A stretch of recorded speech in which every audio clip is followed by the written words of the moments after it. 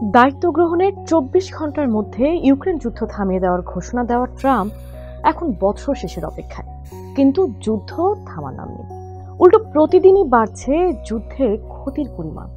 Russia Ukraine দুই পক্ষই নাছোড়বান্দা, ভাঙবে তবু মচকাবে না। এদিকে ইউক্রেন যুদ্ধ বন্ধে চেষ্টা অব্যাহত রেখেছেন মার্কিন প্রেসিডেন্ট। প্রথমে ইউক্রেনের প্রেসিডেন্ট ভলোদিমির জেলেনস্কিকে হুমকি থামকি দিয়ে যুদ্ধের পরিণাম বোঝার চেষ্টা করেছেন, কাজ হয়নি। দ্বারস্থ হয়েছেন রুশ প্রেসিডেন্ট ভ্লাদিমির পুতিনের অনড় অবস্থানে তিনিও।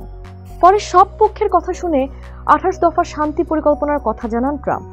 জানিয়েও চলছে বিতর্ক। অভিযোগ, পুতিনকে বেশি ছাড় দিচ্ছেন ট্রাম্প।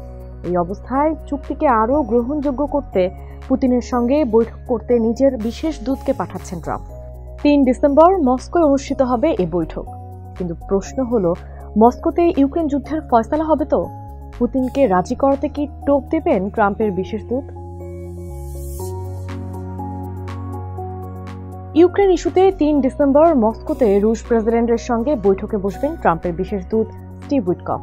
বৈঠকে থাকবেন ট্রাম্পের জামাতা জেরেড কুশনারও, যেখানে ইউক্রেন যুদ্ধ বন্ধে পুতিনকে রাজি করাতে কাজ করবেন তারা।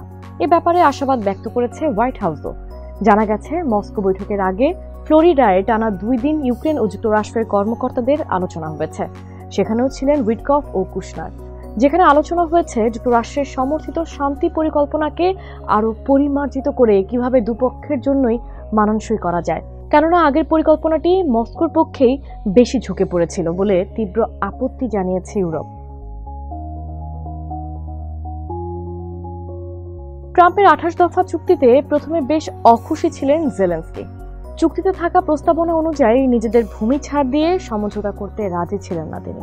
তাই এখন ফের নতুন করে শান্তি পরিকল্পনাকে পরিমার্জন করার উদ্যোগকে স্বাগতম জানিয়েছেন জেলেনস্কি। তার ভাষ্য, চুক্তিতে কিছু কঠিন বিষয় রয়ে গেছে, যেগুলোতে সমাধান দরকার।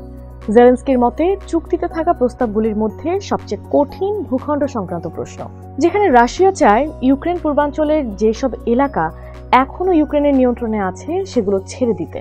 বিপরীতে কিয়েভের স্পষ্ট অবস্থান, এটা কখনোই সম্ভব না।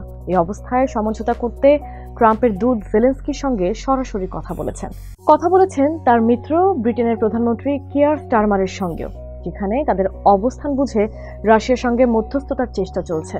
জানিয়ে হোয়াইট হাউসের মুখপাত্র ক্যারোলিন লেভিট বলেন, শান্তি চুক্তির খসড়া এখন অনেকটাই পরিমার্জিত, কাজেই আমরা খুবই আশাবাদী। তবে অগ্রগতি আলোচকদের উপরই নির্ভর করছে।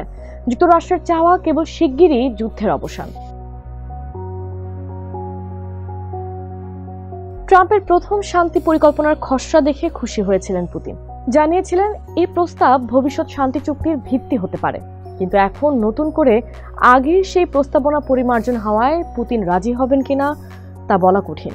কেননা সম্প্রতি ক্রেমলিনের কর্মকর্তারা ইঙ্গিত দিয়েছেন এই প্রস্তাব তারা নাও মেনে নিতে পারেন, কারণ ইউক্রেন ও ইউরোপীয় মিত্ররা এই প্রস্তাবনায় পরিবর্তন এনেছে। নভেম্বরের শুরুর দিকে ইউক্রেন যুদ্ধ বন্ধে মার্কিন খসড়া শান্তি পরিকল্পনা ছড়িয়ে পড়লে এ নিয়ে তৈরি হয় তীব্র মতভেদ। ইউক্রেন ও ইউরোপ উদ্বেগ প্রকাশ করে। তাদের অভিযোগ, রাশিয়ার দাবিকে বেশি গুরুত্ব দেওয়া হয়েছে। ইউরোপের ব্যাংকে থাকা কয়েকশো কোটি ডলারের জব্দ করা রুশ সম্পদ কিভাবে বিনিয়োগ হবে সেটিও পরিষ্কার নয়। তাছাড়া এই চুক্তি নিয়ে প্রকাশ্যে ক্ষোভ ঝাড়েন ফ্রান্সের প্রেসিডেন্ট এমানুয়েল ম্যাক্রো। বলেন, এখানে কোনো চূড়ান্ত শান্তি পরিকল্পনা নেই। ইউক্রেন ও ইউরোপকে যুক্ত না করে কোনো চুক্তি হতে পারে না। ভূখণ্ড ছাড় দেওয়ার সিদ্ধান্ত শুধু জেলেনস্কি নিতে পারেন। অন্যদিকে ইউরোপীয় ইউনিয়নের পররাষ্ট্রনীতি প্রধান কাজা কালাস বলেন, সব চাপ দুর্বল পক্ষ ইউক্রেনের উপরই দেওয়া হচ্ছে, যাতে ইউক্রেন আত্মসমর্পণ করে। এছাড়াও ট্রাম্পের চুক্তিতে ইউক্রেনের নিরাপত্তা নিশ্চয়তা নিয়ে মতবিরোধ দেখা দেয়। ইউক্রেন ও ইউরোপের চাওয়া ভবিষ্যতে হামলা না হওয়ার গ্যারান্টি, ইউক্রেনকে শক্ত নিরাপত্তা দেওয়া, বিশেষ করে ন্যাটোর সদস্য পদ।